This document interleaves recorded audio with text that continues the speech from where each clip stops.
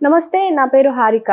ఇప్పుడు తెలంగాణలో elections complete అయినప్పటి నుంచి మన దృష్టి అంతా ఏపీ ఎలక్షన్స్ మీదనే ఉంది. సో, బికాస్ ఆఫ్ అంటే ఏపీ ఎలక్షన్స్‌లో ఏం జరుగుతది? ఎవరు గెలుస్తారు? అండ్ వైఎస్ జగన్‌కి చాలా పోటీ వస్తుంది. ఆల్రెడీ షర్మిల అందులోకి ఏపీ ఎలక్షన్స్‌లో పార్టిసిపేట్ చేస్తుందని తెలవడం, మళ్ళీ కాంగ్రెస్ తరపున ఇవన్నీ చూడ్డానికి. అలాగే ఇప్పుడు కొత్తగా బెయిల్ మంజూరైంది మన సిబిఎన్‌కి. 3 కేసుల్లో ముందస్తు బెయిల్ అయితే వచ్చింది. మరి క్వాష్ పరిస్థితి ఏంటి? ఇవన్నీ మనతో షేర్ చేసుకోవడానికి సీనియర్ జర్నలిస్ట్ జయదేవ్ గారు ఉన్నారు. నమస్తే సార్. నమస్తే. సార్, ఇప్పుడు ఇన్నర్ రింగ్ రోడ్ ఇసుక లిక్కర్ స్కాముల్లో చంద్రబాబు నాయుడు మీద కేసు ఉంది. దానిపైన ఏపీ హైకోర్టు నుంచి ఆయనకు ముందస్తు బెయిల్ లభించింది. దీన్ని మనం ఎలా మాట్లాడుకోవచ్చు అంటారు? సరిగ్గా ఆగస్టు 5న అనుకుంటానండి. ఆ రోజు నైట్ అర్థాంతరంగా వెళ్ళి వితౌట్ ఇంటిమేషన్ ఏమీ లేకుండా అరెస్ట్ చేశారు. సో అరెస్ట్కి కారణాలు అయితే చూపించలేకపోయారు. అండ్ అరెస్ట్ అయిన తర్వాత ఇన్వెస్టిగేట్ చేశాము, ఇన్వెస్టిగేషన్లో ఏం చేశాము అన్నది కూడా చూపించలేకపోయారు. అంటే వీటితో ఎందుకు ముందు చెప్తున్నానంటే, వాళ్ళ దగ్గర ఎటువంటి సాక్ష్యాధారాలు లేవు అనేది క్లియర్ కట్. దీని మీద చాలా సందర్భాల్లో మనం చర్చించుకున్నాం, మాట్లాడుకున్నాం. అంటే ఆఖరికి సుప్రీంకోర్టు వరకు వెళ్ళేటప్పుడు కూడా దీనికి సంబంధించిన ప్రూఫ్స్ ఏవి రాష్ట్రంలో ఉన్నాయి, దీనికి సంబంధించిన ఇన్వెస్టిగేషన్ ఏమైనా చేశారా సిఐడి దగ్గర ఉన్నాయి, సరే ఉంటే చూపించండి, మళ్ళీ వాయిదా వచ్చినప్పుడు చూపిస్తాం, ఇదే ఆన్సర్లు ఇచ్చారు తప్ప ఎటువంటి ప్రూఫ్స్ చూపించలేకపోయారు.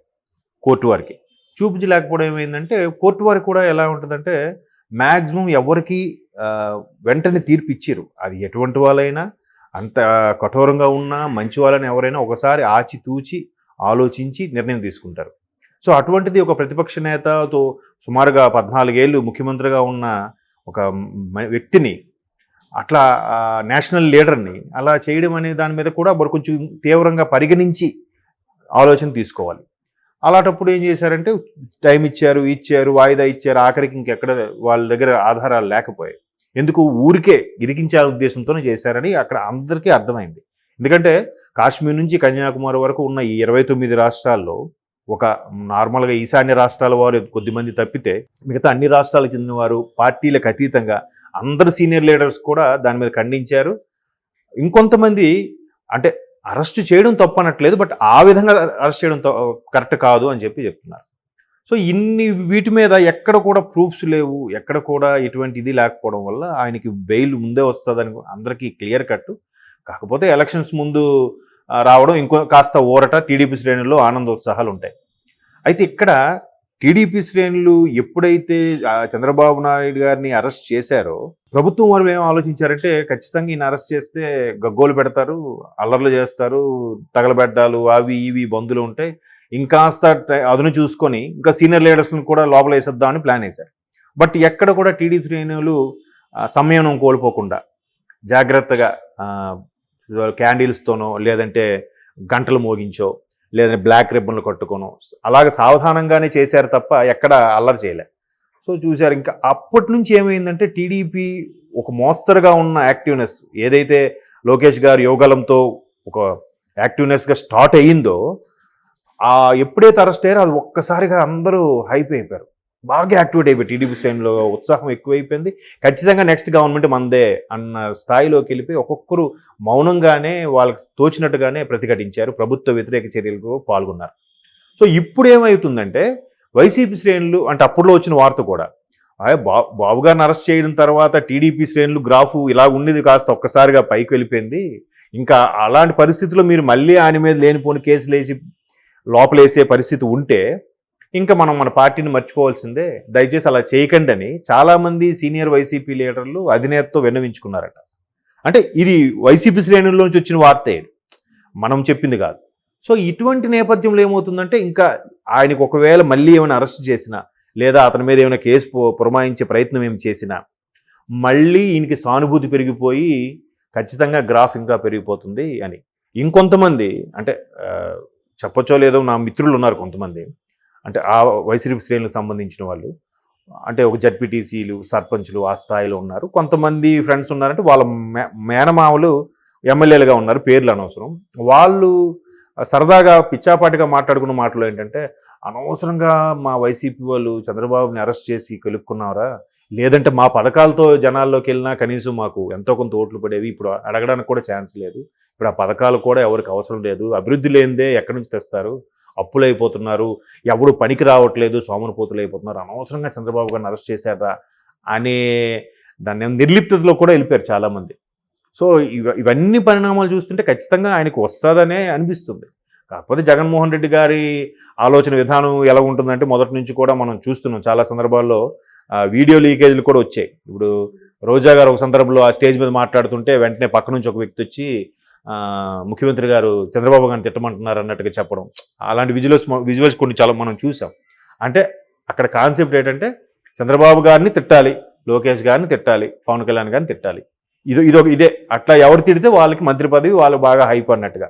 నెక్స్ట్ పర్యావసనం ఏమవుతుంది, ఏం జరగబోతుంది, దానివల్ల ఏ పార్టీకి లాభమా నష్టమా, నెక్స్ట్ ఎలక్షన్స్కి మన పరిస్థితి ఏంటి, ఆ ఆలోచన ఏం లేదు. ఎంతసేపు కక్షలాగా అన్నట్టుగానే వెళ్ళింది. సో అలా వెళ్ళడంతో ఎప్పుడైతే ఈయన అరెస్ట్ చేశారో ఇవన్నీ కూడా జనరల్గా అబ్జర్వ్ చేస్తుంటారు కదా. మనం అనుకుంటాం ఇక్కడ మనం ఇలా మాట్లాడుకుంటున్నాం, లేదంటే ఛానల్స్, మీడియా వాళ్ళు, ప్రింట్ మీడియా, ఎలక్ట్రానిక్ మీడియా వీళ్ళందరూ ఏదో విశ్లేషణ అనుకుంటాం కనమ్మా. సామాన్యుడికున్న విశ్లేషణ మనకు ఉండదు.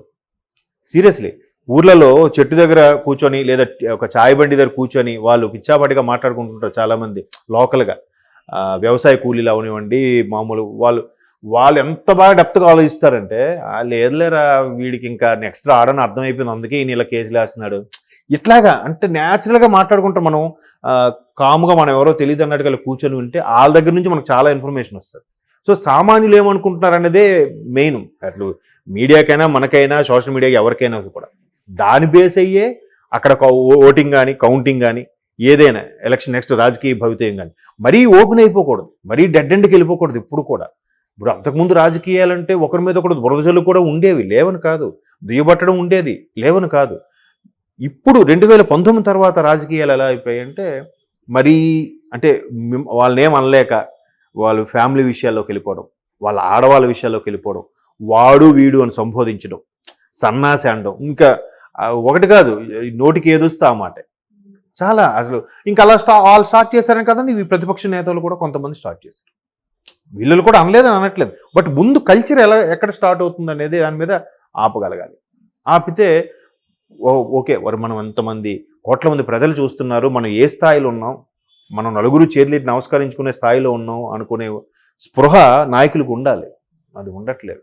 అంటే వాళ్ళకి చెప్పేంత టోన్ కాదు, బట్ అలా అయిపోయింది అసలు కల్చరు. సో ఇవన్నిటిని పర్యవసనం ఏమవుతుందంటే చంద్రబాబు గారికి ఒక రకమైన స్టైల్ ఉంటుంది. ఎలా అంటే ఆయన ఎప్పుడు బరస్ట్ అవడు, గట్టిగా నవ్వింది కూడా ఎప్పుడు నేను చూడలే. ఆయన దేనికైనా ఒకేలాగా కూల్గా ఉంటాడు. మరీ ఎక్కువ అయితే చిన్న స్మైల్ ఇస్తాడు. ఆయన ఒక నాయకుడు అనేవాడు ఆ మాత్రం మెయింటైన్ చేయకపోతే కింద స్థాయి వాళ్ళ వరకు కూడా ఇది మెయింటైన్ చేయలేం. ఒక నాయకుడు అనే కాదు, ఒక సంస్థ తీసుకోండి, ఆ సంస్థలో మేనేజర్ కానీ లేదా ఒక కంపెనీ ఎండీ కానీ కొంత డిగ్నిటీ, కొంత సీరియస్నెస్ మెయింటైన్ చేయాలి. వాళ్ళకి చేత కాక రాక కాదు, అలా చేస్తే ఒక సిస్టమేటిక్గా వెళ్తుంది. అది పార్టీ అయినా, కంపెనీ అయినా, ఆఫీస్ అయినా కదా. సో అలా ఉన్నప్పుడు ఏమవుతుందంటే ఒక సిస్టమేటిక్గా ఉండి వెళ్తుంది. బట్ ఇప్పుడు అది రావట్లేదు. మళ్ళీ రేపు ఎలక్షన్స్ అయిన తర్వాత మళ్ళీ చంద్రబాబు గారు వస్తారనే అన్ని రకాలుగా ఇప్పటి నుంచి ఎగ్జిట్ పోల్స్ అనుకోవచ్చు ఒక విధంగా, సర్వేలని కాకుండా అవి కూడా ఆయనే వస్తారని చెప్తున్నారు. కాబట్టి ఇంకా ఆయన మీద ప్రూఫ్స్ కూడా ఏం చూపించట్లేదు. అండ్ మోర్ ఓవర్ ఆయన ఎప్పుడైనా సరే, మొన్న రేవంత్ రెడ్డి గారు ఒక మాట చెప్పారు, ఆయన మీద ఒక విమర్శ ఏంటంటే ఇంతవరకు మంత్రి కూడా చేయలేదు కదా, మీరు ముఖ్యమంత్రి అయితే మీరేం చేయగలుగుతారు అన్నప్పుడు ఏ ముఖ్యమంత్రి కానీ ఏ మంత్రి కూడానండి సరైన సివిల్ సర్వెంట్స్ను కానీ నియమించుకుంటే వాళ్ళే మొత్తం నడిపిస్తారు. అది రేవంత్ రెడ్డి గారు ఆ మాట చెప్పారు, నేను చెప్పను కాదు. అది అంటే చాలామందికి ఐడియా ఉండదు. సరైన ఐఏఎస్ ఐపీఎస్ని ఒక 3-4 తన చుట్టూ పెట్టుకుని ఇట్లా ఉంది వాట్ ఈజ్ వాట్. ఇప్పుడు ఒకప్పుడు ఎన్టీఆర్ గారు ఎలా చేశారమ్మా, మహామహులు ఆయన ఐఏఎస్ ఆఫీసర్లు చేసినప్పుడు ప్రతిదీ చర్చించేవారంట. ఇప్పుడు రేవంత్ రెడ్డి గారు అదే చేస్తున్నారు. అనుభవం లేదంటున్నారని, ఒకవేళ ఈ ప్రాజెక్ట్ అనుకుంటే దీనివల్ల ఎంతమంది లబ్ధి చేకూరుతుంది, ఎంతమందికి చేకూరుతుంది, ఎంతమందికి ఉపయోగం, ఎంతమందికి నష్టం, దీనివల్ల ఓకే 10% నష్టం ఉంది సార్, మిగతా 90 ఓకే కదా, వెళ్ళిపోండి, మీరు ఇది అమలు చేసేయండి అంటే వాళ్ళే మొత్తం అడ్మినిస్ట్రేషన్ వాళ్ళే కదమ్మా. అలా చేసేస్తే అయిపోతుంది కదా. ఇక్కడ ఆంధ్రప్రదేశ్లో ఆ పరిస్థితి లేదు. అన్నీ ఆయన ఎవరి మాట వినరని చాలామంది చెప్పుకుంటుంటారు. అసలు తాడేపల్లి క్యాంప్ హౌస్ నుంచి బయటికే రారని, వచ్చినా కూడా ఆ 5 కిలోమీటర్ డిస్టెన్స్లో కూడా హెలిప్యాడ్లో వెళ్తారని రకరకాలుగా ఉన్నాయి. సో అలాంటివి ఉన్నప్పుడు ఈ విధంగా కక్షగా చేశారు, కక్ష సాధింపుతోనే చంద్రబాబు లోపల వేశారని వార్తలు రావడంతో వాళ్ళకైనా ప్రూఫ్ సబ్మిట్ చేస్తే వాళ్ళకేం తెలుస్తుంది. ఇప్పుడు ఆ పొన్నవోలు గారు కానీ డిఐజీ సంజయ్ రెడ్డి కానీ వాళ్ళు ఏమి ప్రూఫ్, ఏది అరెస్ట్ చేశారు, ప్రూఫ్స్ ఏవి సిఐడి ఆఫీస్లో ఉన్నాయి. ఆఫీసులు ఎలా ఉంటాయండి? కోర్టు ద్వారా వెళ్ళినప్పుడు ఫస్ట్ ఎస్టేట్ కదా, 4th ఎస్టేట్స్లో కోర్ట్స్ జ్యుడిషియరీ కదా ఫస్ట్. మరి అక్కడికే వాళ్ళు చెప్పిన దానికే వాల్యూ లేకపోతే ఇంకెలా ఉంటుంది? వాళ్ళు చూస్తారు ఇంకా లాభం లేదు, వీళ్ళు ఏం సబ్మిట్ చేయట్లేదు, ఊరికే పురమాయించినట్టుగా ఉన్నారని చెప్పి ముందు బెయిల్ ఇస్తారు, తర్వాత కేసు కొట్టేస్తారు. ఇంకా అది అయ్యేదే అది. ఇప్పుడు మళ్ళీ ఇంకా ఆయన మీద ఆ బెయిల్ ఇవ్వకుండా ఇంకా ఏమైనా చేస్తే ఇప్పటికే 1 or 2% ఉంది హోపు వైఎస్ఆర్సీపీది, ఇంకా ఆ హోప్ కూడా ఉండదు. అది వాళ్ళకి తెలుసు. అది సో ముందు నుంచి ఎక్స్పెక్ట్ చేసింది ఆయన బెయిల్ వస్తుందని, అందుకు బెయిల్ వచ్చింది అనుకుంటా. Okay sir, thank you.